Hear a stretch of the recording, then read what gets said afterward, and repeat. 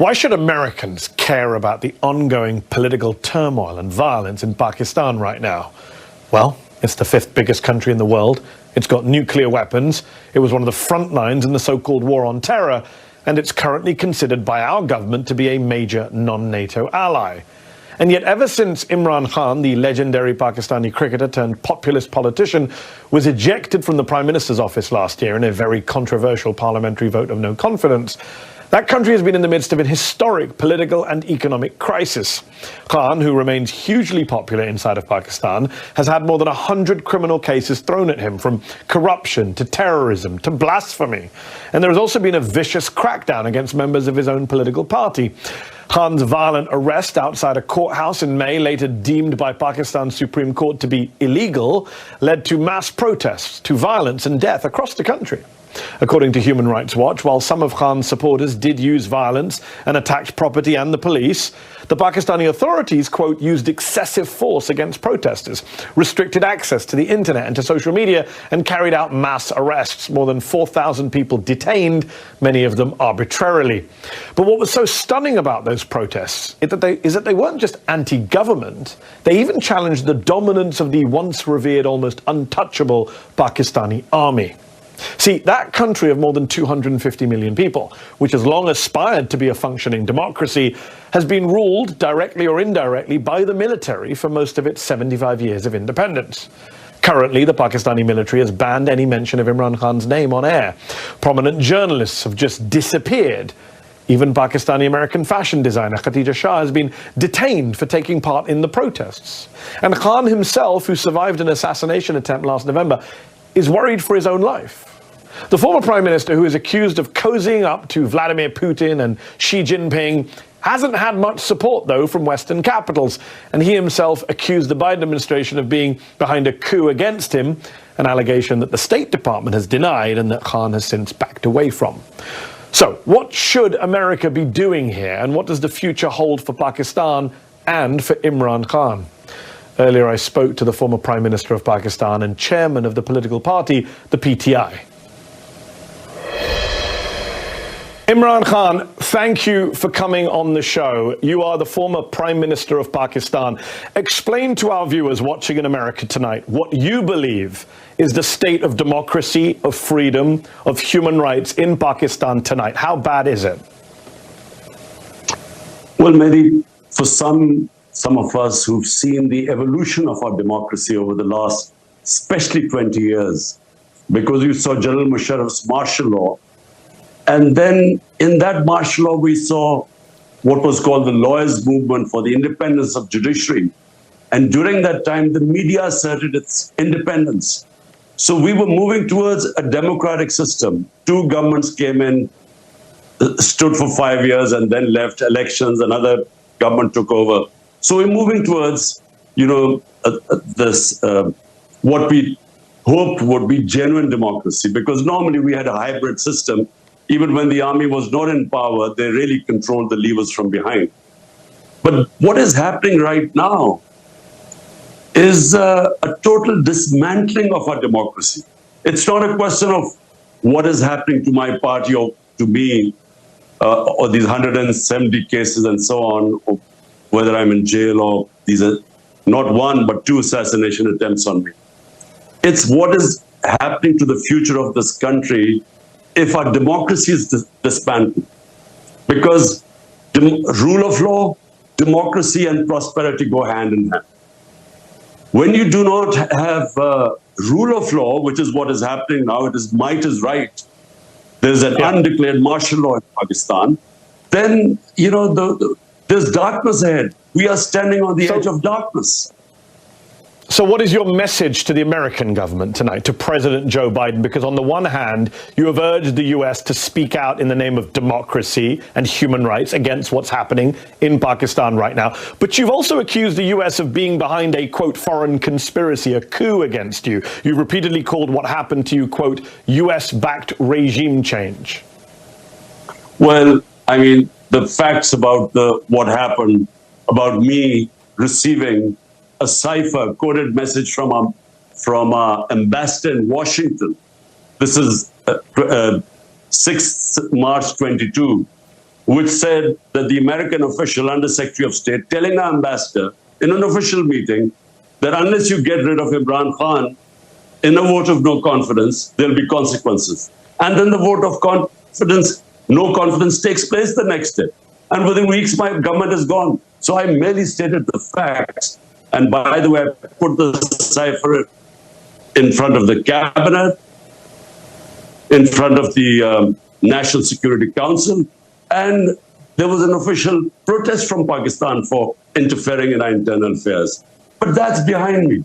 Look, all I want the US to do is their professed aims of so-called Western values of democracy, rule of law, human rights. They shouldn't worry about what is happening to me. They should worry about 250 million people. The whole democratic structure is being wound up. And we, as I said, we have an undeclared martial law. Surely, this is not what the Western countries should want. I mean, they should just speak out against it. So obviously the Biden administration denies being involved in your ejection from power. The current Pakistani government is clearly afraid of you, hence the mass arrests, the talk of banning your party, the more than 150 legal cases against you. They've said you're a bigger threat to the country than Indian Prime Minister Narendra Modi, rather ridiculously. Do you believe that if elections are held on time in October of this year, that your besieged party can still win and that you can still be Prime Minister again? Surely that's a pipe dream now.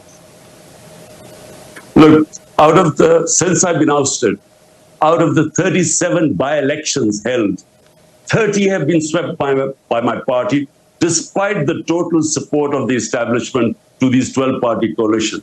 So clearly they are scared. This whole thing, which happened to us after 9th May, when I was abducted from within the High Court, abduction, and the way that they abducted me as if I was some terrorist. So the reaction to that was used as a way of just clamping down, crack down on my party. We equated to what Hitler did after the 1933 burning of the German parliament. He cracked down on the communists and wiped them out. This is what's happening now. How could a few cases of arson be made a reason for 10,000 of our workers in jail? And every day people are being put in. My entire leadership is in jail. The only way the leadership can come out of jail if they renounce being part of my party. So it's never happened in this country before. Women have never been put in jail. The entire media has been muzzled. I mean, the military, which is the real power in Pakistan, is obviously out to get you. It was Army Rangers who arrested you outside the courthouse, not police. It's military officials who have reportedly told Pakistani journalists not to mention your name on air. Yet your critics would say that you came to power in 2018, everyone knows this, in alliance with that same military, that you for years had close relations with top generals going all the way back to Hamid Gul, the former head of the Pakistani ISI. So the critics would say it's ironic to see you now criticizing the same army and intelligence chiefs who you were once fine with and who helped put you in power in the first place. Firstly, just to correct you, I was abducted by the Rangers from within the court. I was actually sitting in the courtroom. So, just to correct you. And the Supreme Court declared it illegal, and so yes. That's why I was bailed out. Look, in Pakistan, Mehdi, the military has directly or indirectly ruled Pakistan for 70 years. 3 times martial law, and then the other times because they're entrenched. And so whoever does politics has to work with them. Now, when I came to power in 2018, it wasn't because the military engineered to get me into power. They didn't oppose me. Big difference.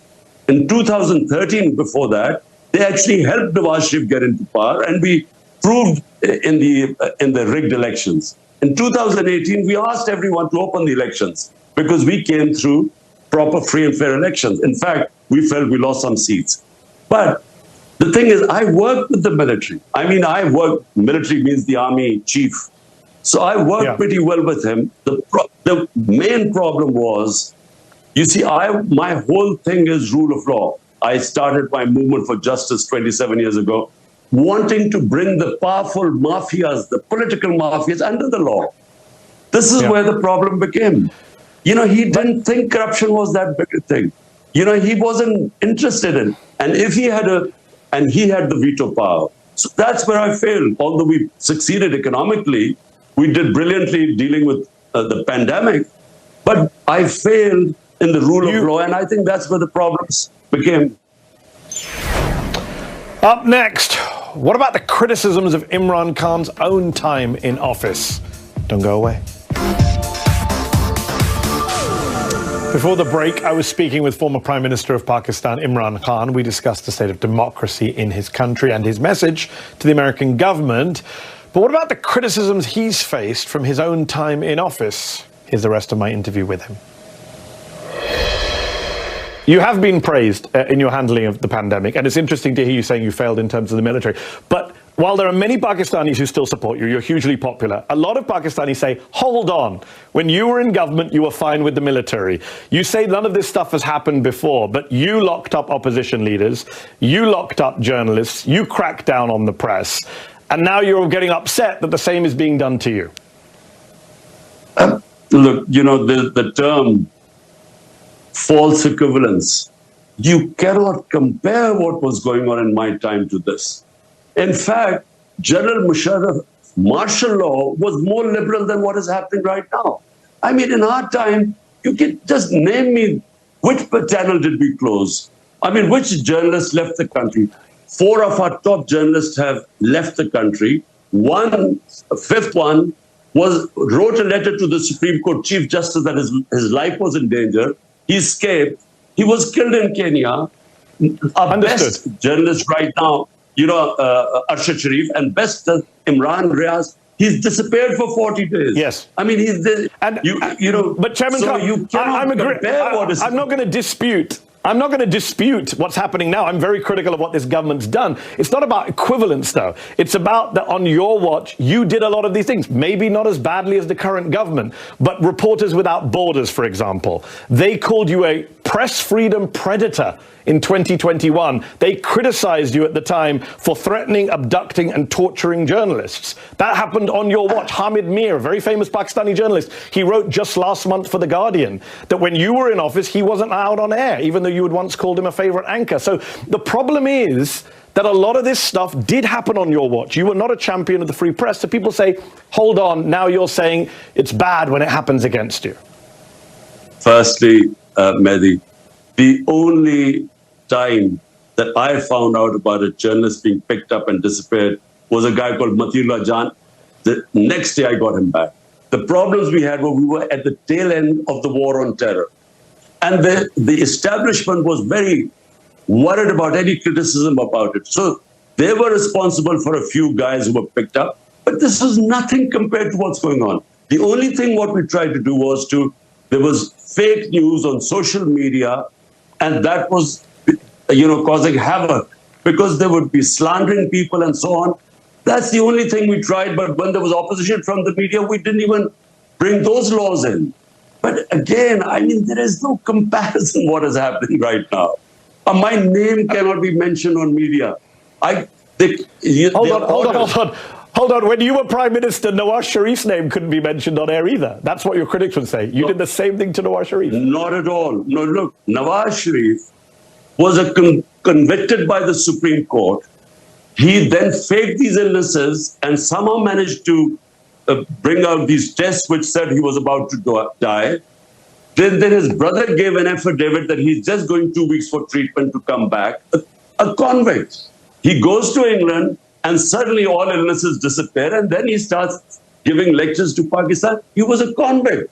You can't compare what was happening to me. I'm not convicted of anything. But the media couldn't say his name. I'm no fan of Nawaz Sharif. I'm just saying his name couldn't be mentioned on air. We're almost out of time, but I got to ask, do you have any regrets about what you did in office, especially with the military, given what the military is now doing against you? What would you go back and do differently if you could? Last question. Well, just firstly, given what happened after I came into power, I should have actually, with a weak coalition government, I should not have taken power. I should have gone for elections again, and because you can't bring reforms and changes, and especially rule of law, if you have a weak government. And if I have to do it again, look, this hybrid system cannot work. If you are an elected prime minister, you must have the authority to implement your reforms. It cannot work that you have the responsibility because you're elected, but the authority is shared and the army chief has a veto power.